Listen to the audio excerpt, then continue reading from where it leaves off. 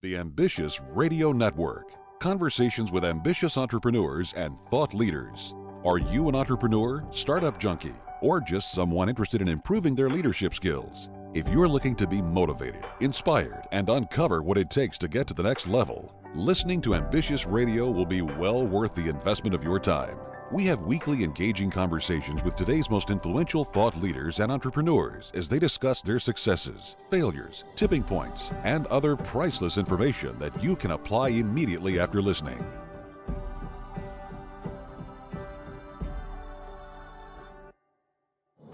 And welcome to the show. Good to have you right here. It is Ambitious Radio, hosted by our friend Doug Parker, talking about entrepreneurship and leadership while interviewing interesting people and what makes them ambitious.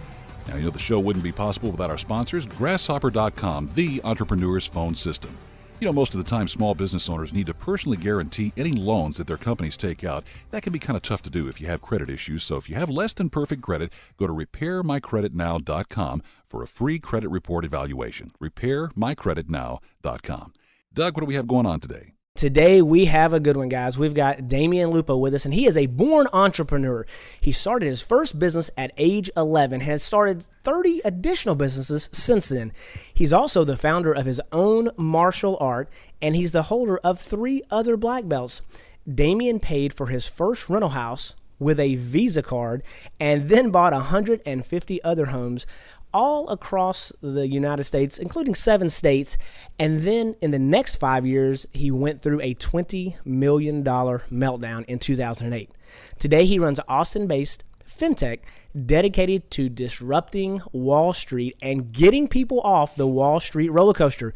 Damion's also authored 5 published books and has 2 more that are going to be released in 2017. Damion, welcome to the show, sir. How are you doing today? Hey, Doug. I'm doing great, man. It's great to be here. Man, I appreciate you coming on. I always love to learn from other successful people. And, man, you've got so much going on. I mean, what did I miss in the bio? Tell us just kind of maybe a little bit about yourself personally. I saw at age 11 you started your first business. So what was that like?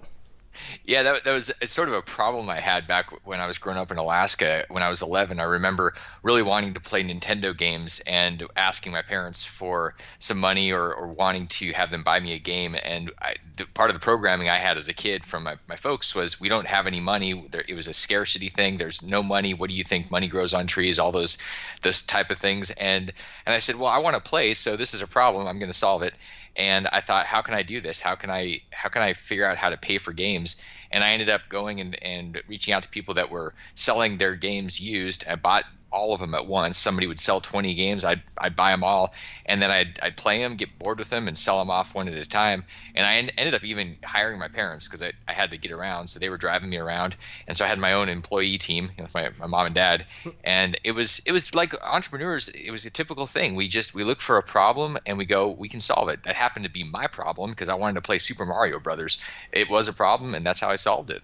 You know, that's real interesting, and it's always, I think it's a great thing about America. You know, you truly can see a problem. And as a kid, you know, you can kind of be entrepreneurial spirited and fix your own little problem that you had there, if you will. But there are so many other things that are so much bigger. I know we're going to get into a lot of that later in the show, but it really is great that it doesn't matter where you come from. It doesn't matter what your background is. In America, we can truly take something, and if it's a problem, if we've got a fit for it and you can do it better than other people, you can make a living. And if you do a really good job, then you can really knock it out of the park and become very successful. So that's a great thing. Now, you know, as you were going through this process, you know, we talked about you've started something like 30 some odd businesses over the years. Can you talk about maybe some of the obstacles that you've run into over the years? Yeah, Doug, one of the obstacles that comes up, and it comes up more the older I get, is the concerns about what the rules are. And in the day and age we live in, the people that are making the most progress are the ones that are playing by their own rules. It's the Richard Bransons, it's the Elon Musks, it's people that are saying, yeah, that's the old way of doing it, and I'm going to look at something different. I'm going to totally reimagine. I'm going to disrupt with the old. And when I was first starting in my early 20s, I didn't know what the rules were because I had dropped out of college 4 times, and that just didn't work for me. So at the time, I thought I knew everything, which I think is normal when you're 18, 19, 20.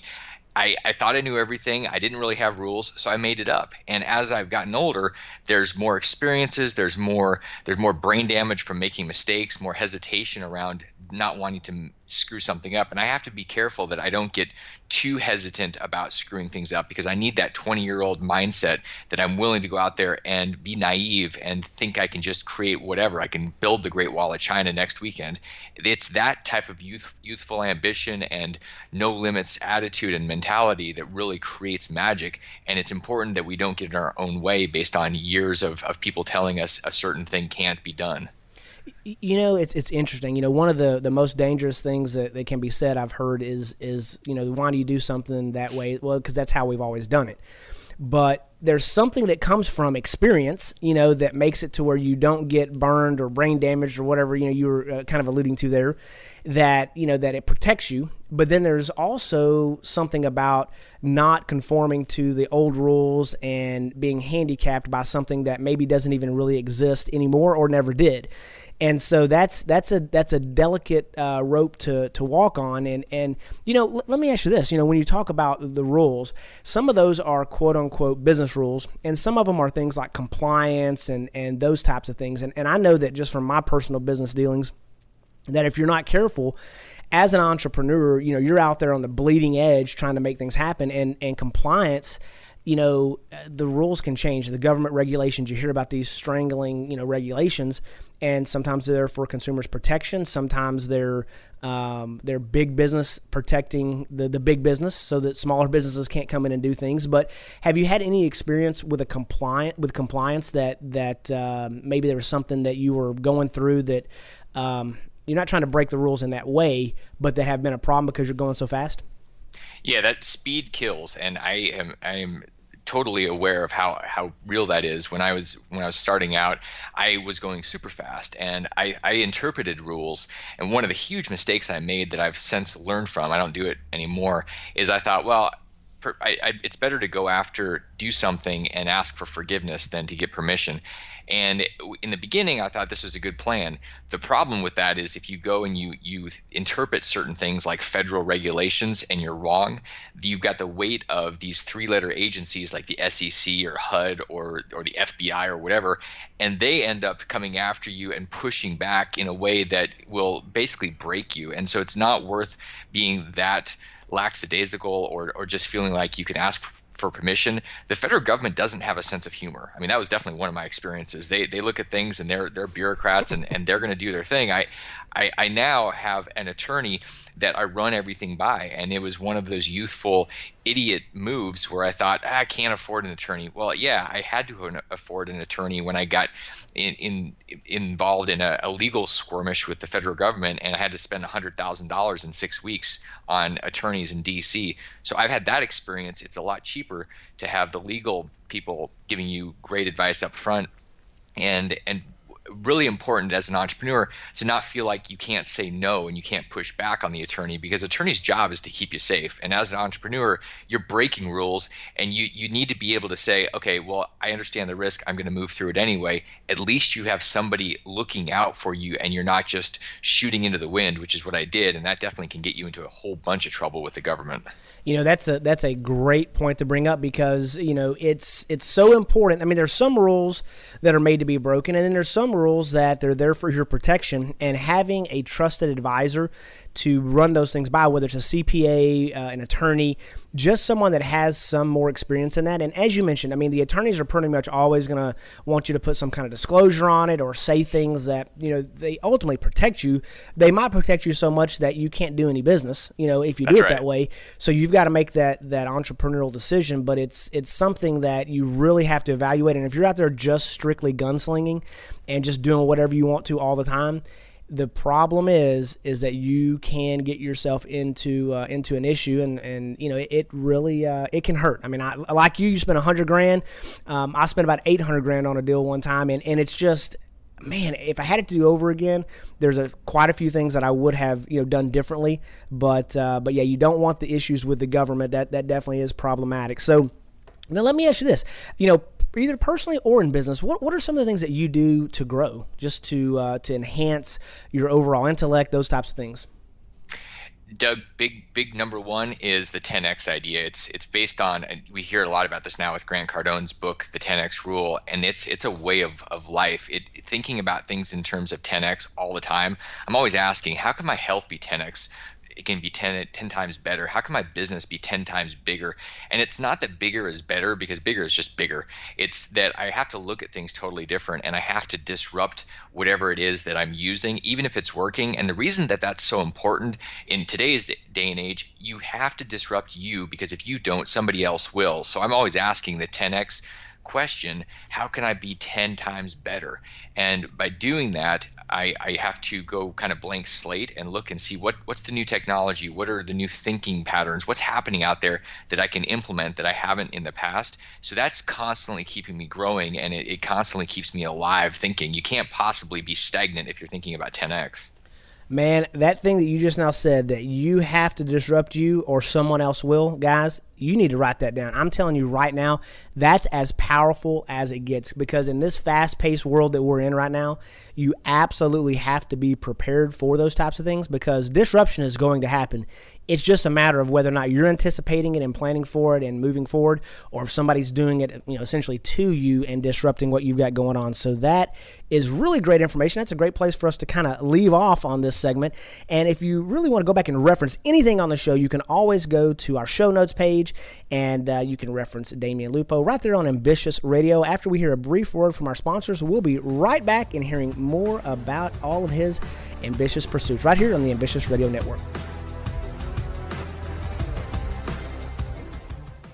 Here's another RepairMyCreditNow.com story. Home ownership. It's the American dream. It's a goal you've always hoped to achieve. You've spent countless weekends looking for the perfect house on the ideal block. The rates are low and you've saved enough for the down payment. Unfortunately, now the mortgage company says there's a little hitch. Okay, let's be honest. It's a gigantic, gargantuan hitch. It's your credit. And it looks like your estimated house payment will be a lot more. www.repairmycreditnow.com. Hello, this is Doug Parker with RepairMyCreditNow.com. Do you have less than perfect credit, a repo, maybe some late payments, a collection account? Are they being reported accurately? Studies show that over 70% of Americans have inaccuracies on their credit reports. Where do you fit in? Go to RepairMyCreditNow.com for your free credit report evaluation. And remember, your credit is your future. If you want to get started now, log on now.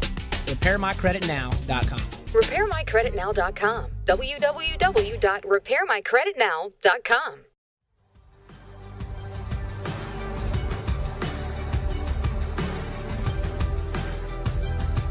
As we get back into the show, let's give a shout out to our great sponsors, all3reports.com. That's all, the number 3 reports with an S.com. Many people check their credit every 3 to 5 years when they're financing a home or maybe when they're purchasing a new vehicle. But if there is an issue, it could be too late to do anything about it. So go to all3reports.com to find out more. Speaking of a new vehicle, a wise person once said, lease what depreciates, buy what appreciates. So go to AutoFlex Leasing. They offer a better way to lease your next car. America's largest independent leasing company is AutoFlex Leasing. Doug?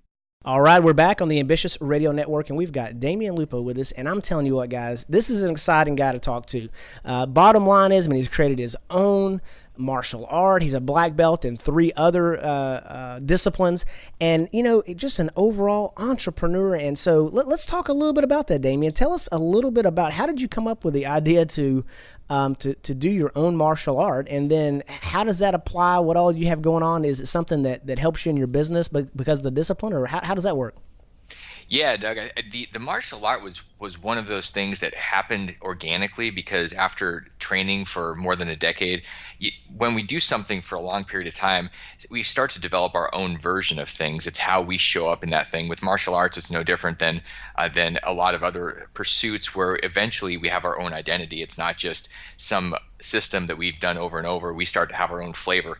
And when I'd done Aikido for a dozen years, and then I thought, hey, you know what, I'm kind of into this yoga thing, and it's really working. And then I saw this overlap, and I had started studying Reiki, which is a healing process for healing hands, and I meshed all these things together to really think through and develop something where we could learn how to be in relationship with people and moving in flow, which is Aikido is all about flow. It's the lack of conflict, and in flow you're moving around things that may be dangerous, and at the same time, instead of just moving past them, my thought was let's elevate the energy, let's raise things up, let's bring the conflict to a place of peace and heal whatever's going on. So that was my thinking. It was who I had evolved into.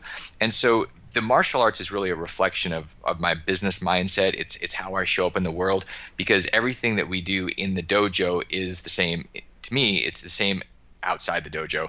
So I practice in the dojo. It's almost like a petri dish. It's like a laboratory for me, and then I bring that into business, and I think about how can we make things more easier, smoother, less friction. And so I train where there's this dance and it's elegant when it works, and that's the same thing in business. How can I find things that will empower people so that they can live with more peace, less anxiety? And that's what we're doing in business. It's really giving people more peace, especially with their money and finance, taking away the friction, taking away the chaos. And now that's all I do every day. During the day it's business, at night it's training and teaching. So it's really my entire life is that philosophy. Well, let's talk about that. I mean, that moving in flow and how that works with the business. You talked about disrupting the Wall Street roller coaster and those types of things. What exactly do you guys do at FinTech, and how is it that you are disrupting Wall Street? Yeah, well, in terms of fintech, so we have a financial technology company. That's fintech is a term that it's kind of newer. And what we're doing is we're looking at the old system and saying, okay, this old system really benefits the system. The financial system benefits Wall Street. It benefits people that are selling products, and it's really meant to serve the people that are investing, that are putting their blood, sweat, and tears on the line, and they're the ones taking all the risk. We thought there's got to be a better way than people doing that. And this was personal for me because I watched both of my parents retire and essentially retire broke after putting for decades their money into that system, hoping, praying, believing in it, and then waking up going, okay, I'm not working anymore. And I'm basically on the edge of being almost in poverty, but just really not having the choices and the freedom. And I thought that sucks. It sucks to see that happen to a family. And the reality is we're in America, and there's got to be a better way. So I looked at this system that was happening where people are stuck without real choices in Wall Street and being charged a fortune in fees.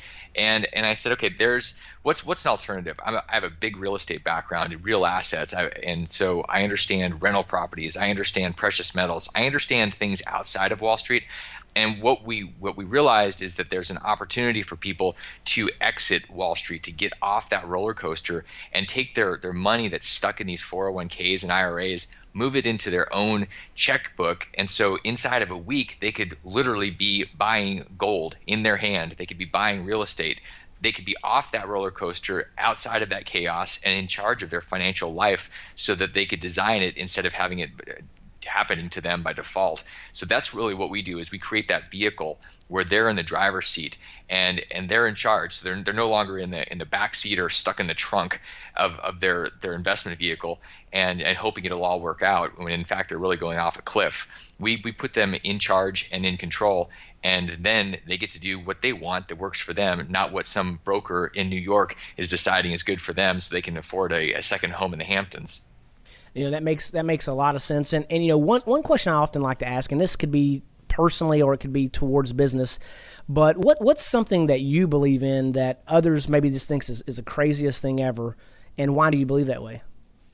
I believe 100% my personal philosophy in self-responsibility. I believe that every single person has the ability to take control of their financial future, that nobody's a victim unless they choose to be a victim.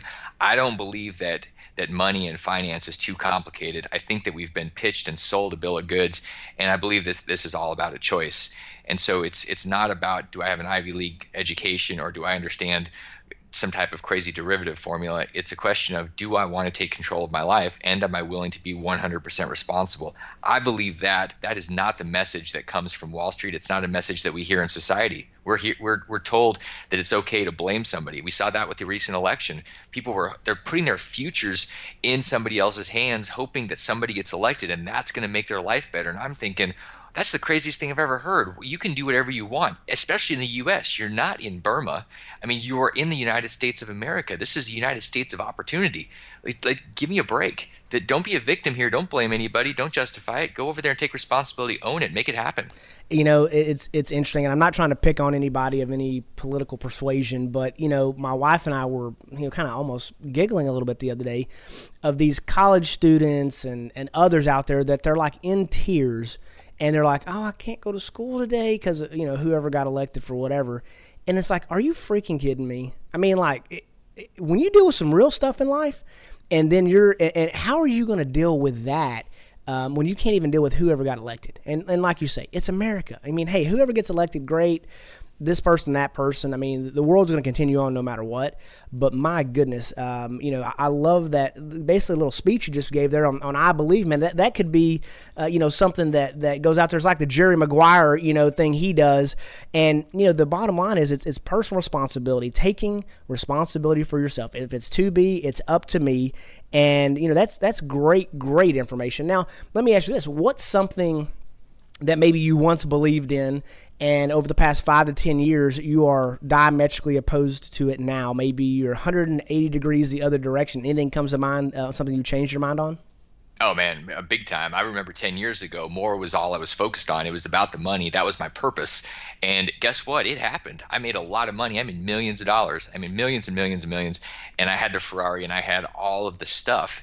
And I didn't have anything inside. I was a shallow shell of a person. And so today, all of that stuff that's out there that comes into my life, the financial abundance, the bling, I guess, which it happens, it's a side effect of the focus that I have on not another $1 million, but 1 million people that I'm impacting. Because you impact 1 million people, you end up with not 1 million, but probably 1 billion that shows up. So 10 years ago, I was thinking about how could I get, and now I'm thinking about how can I give the best of who I am and raise people up. It changes everything about the energy. It changes how I get up in the morning. I can barely sleep at night because I'm so excited.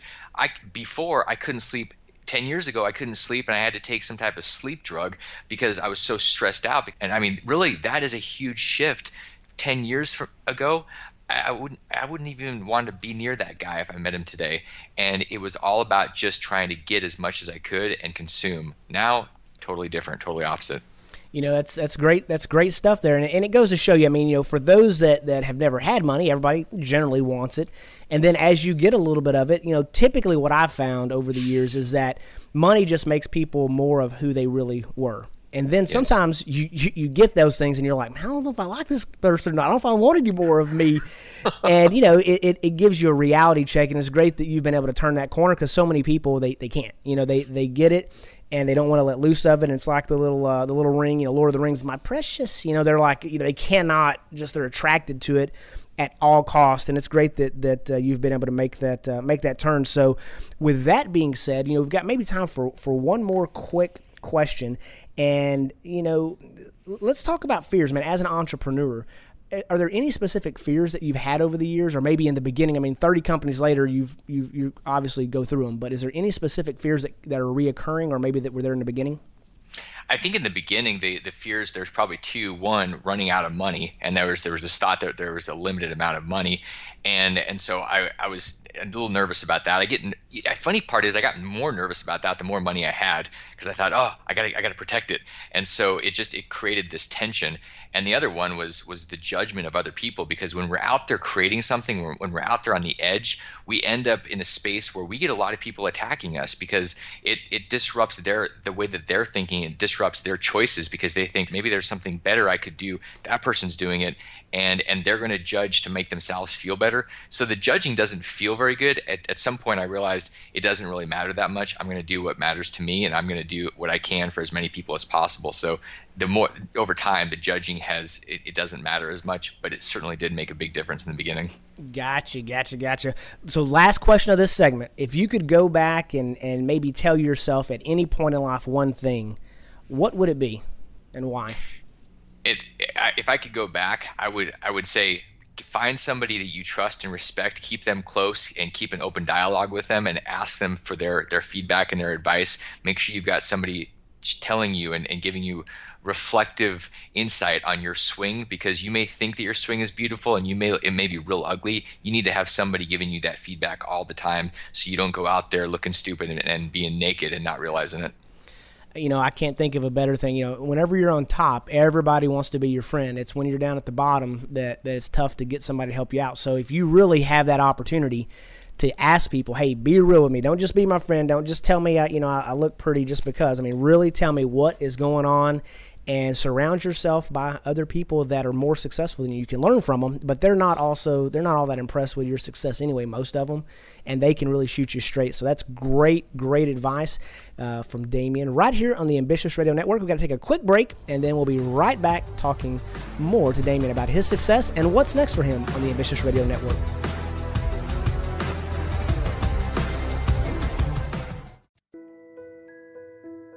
Could you lose your career because of your faith? Could your pastor be sued because of his sermons? Can students and teachers be punished because of what they believe about God or what they say? Can the government or even your employer force you to violate your beliefs? Get the answers, and if necessary, legal protection from First Liberty Institute. This is Kelly Shackelford, president of First Liberty. We're the nation's largest legal organization dedicated exclusively to restoring religious freedom in America. In fact, First Liberty's nationwide network of top attorneys win over 90% of their cases. We've won at the Supreme Court all the way down to the local schools. If you want hope for religious freedom, go to firstliberty.org and get your free In God We Trust window clean. That's firstliberty.org.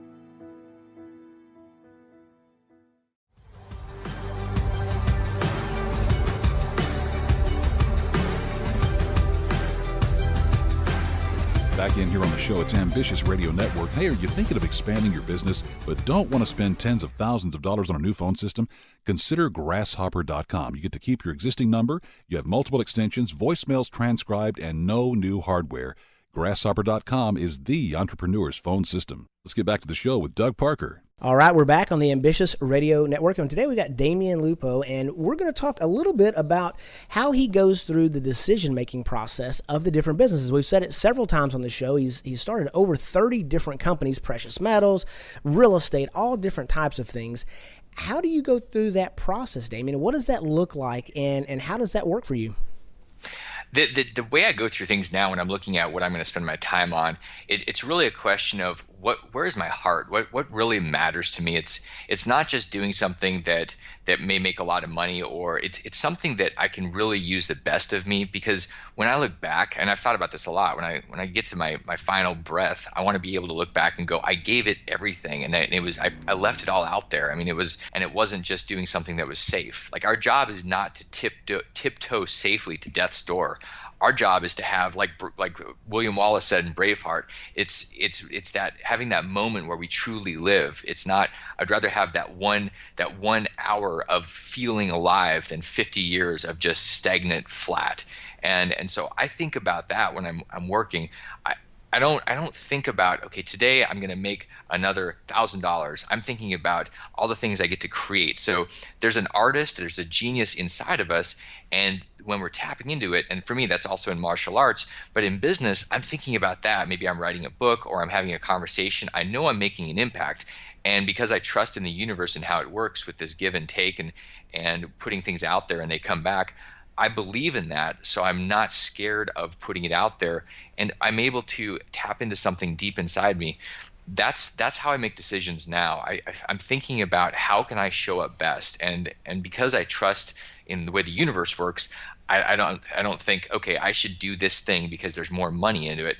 I think this is the thing that I'm meant to be doing, and how can I touch more people with that thing? Because the bigger we think in terms of our contribution, the bigger the impact is going to be, and the more fulfilled we're going to be. It's not just about the success, it's about the fulfillment. Massive difference between those two. Yeah, no question about it. Now, let me ask you this. As you transitioned through these 30 businesses, is it something where you're starting them up and you're spinning them off? Are you selling them? Are you just letting them wind themselves down? What's the transition look like between the businesses, and are there many different ways you've done it? Yeah, Doug, there's a ton of different ways that I've done these businesses when I started them up. Some of them, I've had a number of real estate companies, and some of those were sold off. Some of them collapsed in 2008. I had a number of them that absolutely collapsed, and I basically gave things back, or I had things foreclosed on. So those were the ugly ways to end businesses. I had a restaurant that I had started and was half built, and my timing could not have been worse. I started building it in 2008 in the spring. So you can imagine what happened in the fall. We were halfway built and it blew up. So there's those type of things. Sometimes they get sold off. Some of the real estate did. The insurance company I had got sold off. And sometimes it's just they naturally aren't really doing anything. And when you don't focus on it, it's kind of like a relationship with a significant other. If you don't focus on that thing, it's just going to go away. Like, ignore your spouse for a few years, see what happens. The spouse is going to go away. The businesses tend to do the same thing. So if I'm not focusing on them, they're going to get old, stagnant. Nobody's going to care. Nobody's going to pay attention. The revenue is going to go away. That has happened, and that's been conscious, where I just say my intention, my focus is going to be on this. Like with Total Control Financial, my focus is here. This is what I'm spending all my time doing, and that's where the energy is being infused into. So the other businesses are there. They aren't getting energized, and so they just are kind of sitting. Nothing's really happening. And so there's a lot of different ways that I've worked through businesses, either letting them go or selling them off. There's a lot of ways to do it. Some of them are conscious. Some of them just happen because the universe will disrupt whatever it is, whether it's a big building. Eventually the weather tears it apart. Same with business. Eventually the universe just kind of breaks it apart and brings it back to its natural elements. Sure. Well, and I think a lot of times we hear this serial entrepreneur or entrepreneur in general, and I think one of the benefits that we have as entrepreneurs is we think outside the box. We're creating. You talked about that genius or that creative spirit or what have you. And that's one of our biggest strengths. The problem is that's one of our biggest weaknesses too, because you're not focusing sometimes on other things because you're dreaming up the next deal, and you may have a really great idea and you may even start it, and then it sits out there and it doesn't get any attention and it atrophies and it shrinks up to nothing, and it's just kind of an atrophy muscle. It's just a tiny little muscle out there sitting there, and I'd like to just get into that a little bit more, because how is it that as an entrepreneur you can come up with this idea that you really like it, you really think it's a great idea, you put some of your effort, some of your time, your talent, your treasure into, and then all of a sudden there's another bright shiny object that pops up and you're like, oh, squirrel, and you go over here. Not that I'm not saying you're doing that, but I know I've been guilty of that. And can you talk about that just a little bit of how that process works, and how have you learned from it? Are you still doing that? Do you have a process in place to try to avoid it, or is it just still happening and it's just part of the game? Doug, I am there's a crocodile hunter and I'm the squirrel hunter. I totally get this, man. That is what I have done, and it is the classic entrepreneur. Gets excited, gets started. So many entrepreneurs have the tendency to be a quick start, and then their follow through sucks. And then there are certain people that are really great with follow through, and they're the ones that the entrepreneurs need to be able to hand things off to. So this is where the team comes into play. Having people you can say, okay, here's my idea, I'm all excited. You hand it off, they implement it. If you're doing that, and I've done that before, where I get excited about something and then the work happens in the monotony, and I go, ugh, and then I see something else that's real exciting and it's shiny and I go, ooh, and I go running after it. So totally, this is normal. This is what we do. The thing that I use to make sure that I'm not chasing squirrels, one, I time block and I focus using the one thing, Gary Keller's book, where I'm constantly asking what's that one thing that I can do. And so if I hear some great idea about a new network marketing thing or a new business venture, people are pitching me on investing in marijuana companies now. I'm like, that's very cool, good for you guys. I'm not focused on that. Thanks anyway. And so I'm narrowing it down, because there's lots of great opportunities, but the truth is you're not going to start 15 businesses at once. You got to start one. You got to let it grow. You got to let it mature. You can't let a toddler out into the woods and think a toddler's not going to die. You've got to nurture this toddler. And the way that I keep focused on my toddler, which is my business, it's fairly new, is I've got a coach that's constantly asking me, is this part of your one thing? Does this serve the vision? Is this part of your mission? And so I know if I'm going to tell him what I'm doing this week and there's some other random thing that doesn't have anything to do with my major focus, he's going to ask that question. So before he even asks it, I say no thank you to these opportunities and all the damn squirrels running around. That's a great point, and that one thing, because all the things you're talking about, whether it's the compliance, whether it's the, nurturing the baby business, if you will. What happens is when you get bored of something, and especially, like I said, as an entrepreneur, what happens is you take your focus off of it. And then that's whenever you may not be looking to break any laws or do anything that's non-compliant. But what happens is you take your eye off the ball. You're not as focused. Somebody else is doing some of those things. And before you know it, you can get yourself into trouble, whether it's financial trouble because the business it just isn't doing as well, or it's maybe a situation where, like I said, something gets overlooked that's important. And, the one thing that I would say there is as an entrepreneur, you want to keep the creative juices flowing, but I love that, hey, is it part of my one thing or not? You know what I mean? And if it's not, just, hey, I'm not interested, thanks so much, maybe at a later date, but not now. I heard Tim Ferriss talking the other day. He just doesn't get involved in the startups anymore, and he was using the analogy of, it may have been the best idea ever, but somebody's coming up pitching him at the airport while he's in the restroom. It's like, come on, man, I can't do this. Don't talk to me right now. You know what I mean?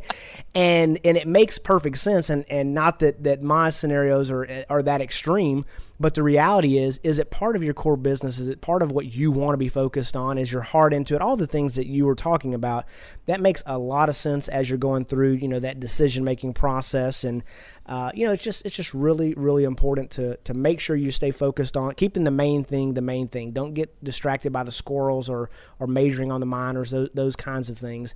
So anyway, ambitious times as we kind of wrap up this segment. Here in just a few minutes, we'll hear more from Damion after a brief word from our sponsor on what he does to recharge his ambitious body, mind, and spirit right here on the Ambitious Radio Network.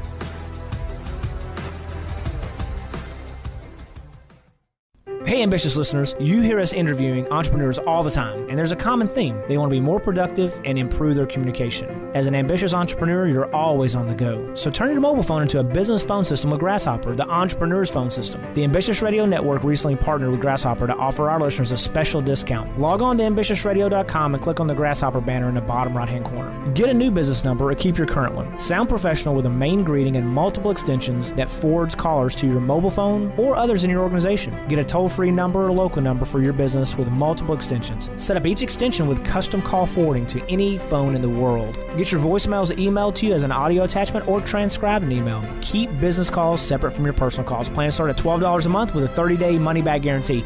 Remember to click on the Grasshopper banner at ambitiousradio.com for a special discount for our listeners. Join the over 150,000 small business owners that have stayed connected with Grasshopper. See how Grasshopper works? It's the entrepreneur's phone system. Turn the world into your office.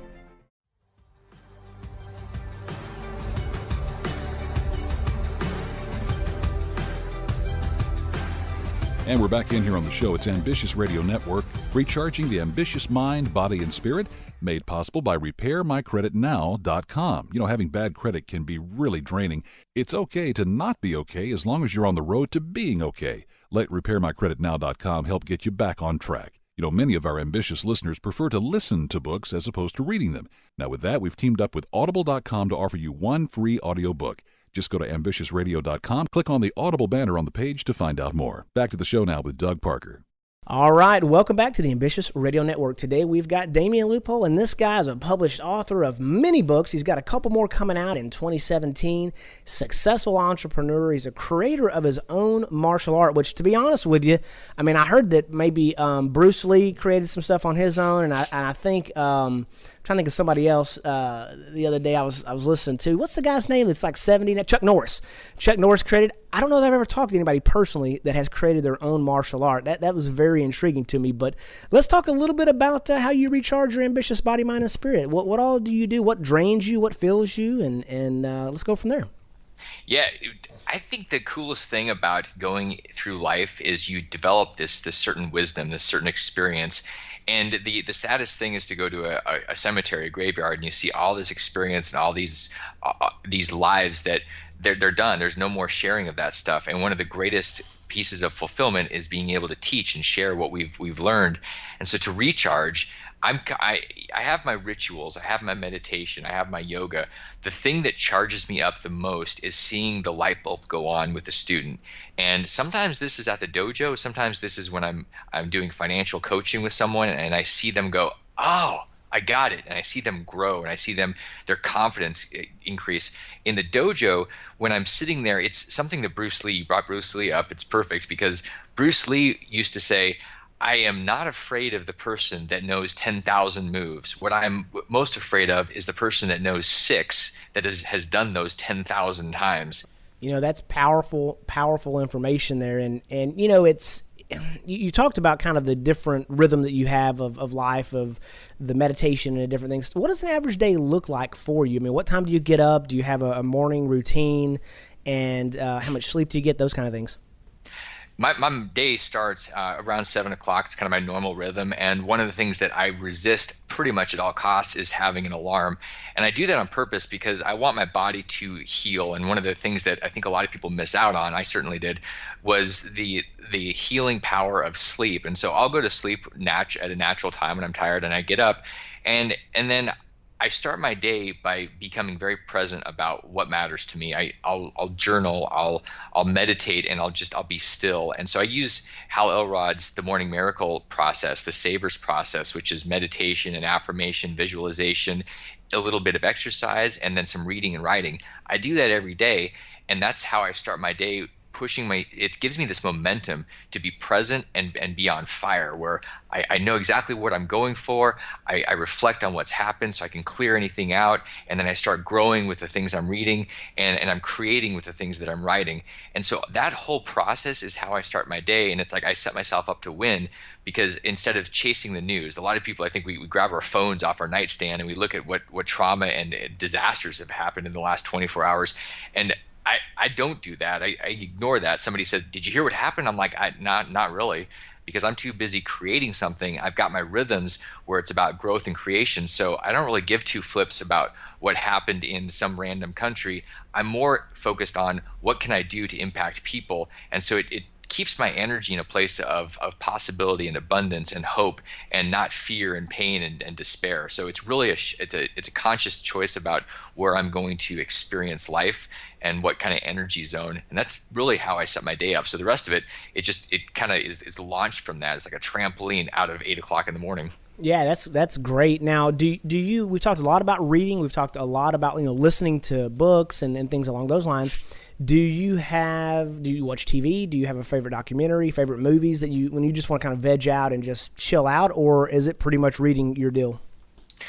I don't have cable. I keep that on purpose because I think that's one of the most dangerous things is having cable, where you can just sit there for hours and actually watch nothing. I do have shows. I love some of these shows, and I consciously choose to buy them one at a time. I buy them on Amazon. Part of that is I have to be very purposeful. If I'm going to spend $3 on an episode, 2 reasons I do that. One, I'm going to shave 20 minutes of commercials out, and to me, $3 is worth 20 minutes of my time. So I'm doing that. I'm also really thoughtful around what am I going to spend my time watching, because it's not just whatever happens to be sitting there that the cable company is throwing at me. I'm actually choosing. I want to go spend time and maybe relax or learn something. Best show or best series that I've probably ever seen is The Men Who Built America, and I've watched it numerous times. It just gives us insight into people that were thinking really, really big, huge, and they were thinking about how can I absolutely dominate something and create and shift society. So really getting into those mindsets, I think it helps stretch us past whatever's normal and whatever we would be doing day to day. We go, okay, well, how do I build a railroad across the entire country? How do I take over the entire oil industry? I mean, that like makes your head hurt thinking about doing something like that, and you get to watch it in this 7-part series, and it's pretty inspiring. One of the interesting things is how you brought up the railroad, and not that I'm an expert on it by any means, but I've heard that when the way they took over and put the railroad across them, and it was by whatever means were necessary, and you look, 100 years or whatever later, all of the utility easements, all the different things that run up and down, the basically from coast to coast, that all that was done, and it was a visionary that put it out there. They went out there, they started buying land, and then by whatever means necessary. And were there any specific lessons that you learned from that, or anything that was surprising to you specifically from that documentary? One of the consistent themes with everybody, whether it's Thomas Edison or Henry Ford or Vanderbilt or any of these guys, is that they went all in and they were relentless. I mean, it did not matter what came in front of them. They didn't quit. They kept pushing, and it wasn't an option. They didn't allow themselves to think, okay, well, maybe I need to hang back. They just pushed, and a lot of these guys got into a lot of trouble. They were relentless, and they were so laser focused that there's an outcome. It's obvious that that is not normal. There's a reason that we look up to people like that. The people in modern day, we have people that are doing stuff like that, like Elon and people that are changing everything about how we live and disrupting entire industries and things. It is this relentlessness, this obsession. I mean, Grant Cardone's new book, Be Obsessed or Be Average, it's all about this obsession. What is obsessing you? Rockefeller was obsessed with vertically integrating the entire oil industry, and he just figured out how to go and dominate that thing and did not take no for an answer. It didn't matter what it took. He was all in, and we've got to figure out what we're all in on. Man, that is a great way to kind of wrap up the show. I do want to ask you two more quick questions, but man, that's you got to be all in. I mean, you really do, especially as an entrepreneur, because you don't have a boss. You can't call in sick and say, "Oh, I don't feel good today" or whatever. You just got to get it done. Vacation-wise, is there any when you're really trying to unplug and well, number one is, do you really unplug, and if you do, where do you do it at? Where's your favorite place? I go to nature, and I definitely do unplug. It is because my work and my play are so intertwined, and I have so much fun. I feel like I play every day. I get to do things. It's like this beautiful gift of my life, and that's the best part about showing up and exploring your genius. It's like playtime. The place where I find a lot of inspiration is going to the mountains or going to the beach. And so I might be sitting in the ocean scuba diving and have these great ideas. It's just completely changing the environment, taking myself out of what my norm is and seeing life through a different set of eyes. And I do that, and I plan that out. So for the next year, I know where all my vacations are going to be, and I plan my life around them. Instead of hoping I have an extra week or two here or there, I make sure that I have those set up to recharge and to give me the opportunity to look at life differently on a regular basis. That's a great thing to do, because if you don't have a plan, then you'll likely wind up somewhere other than you hoped. And if you plan to go to these different places and really, with scuba diving, I think you mentioned going to Africa in one of the pre-interview questions. So, I mean, if you plan for it, you get there. It's not very likely that, you look up and you go, hey, do you want to, Damion, you want to run to Africa next weekend? That's probably not a likely situation. So you got to plan for those kind of things. Well, as we wrap up, if folks wanted to engage with you on the internet, those types of things, are you social? How's the best way to plug in with you? Yeah, people can find me on Twitter at Damion Lupo. They can go to DamionLupo.com. The company, TotalControlFinancial.com, is where the work's happening, where I am. And when you reach out, I mean, I love having a shout out on Twitter. I was videotaping a response to a gentleman today that had heard me, and I loved it. It was so cool. So come out, say hi, say, hey, here's how you impacted me, and here's what I have a question with this, and I'm going to be right there right with you, because I love supporting people that are taking responsibility for their lives. I love being with you guys, and if you reach out to me, I'm going to reach right back out, and I'm with you. Man, that's great information, and I really do appreciate you taking the time to spend with us. I appreciate all the sponsors. We couldn't do it without you. Tune in each week to Ambitious Radio, where we interview thought leaders and exciting entrepreneurs changing the faces of their organizations. Thank you for listening to the Ambitious Radio Network, hosted by serial entrepreneur Doug Parker. Join us weekly as we have engaging conversations with ambitious entrepreneurs and thought leaders on topics that can be applied immediately after listening. Like what you've heard? Listen to other interviews at ambitiousradio.com or subscribe on iTunes.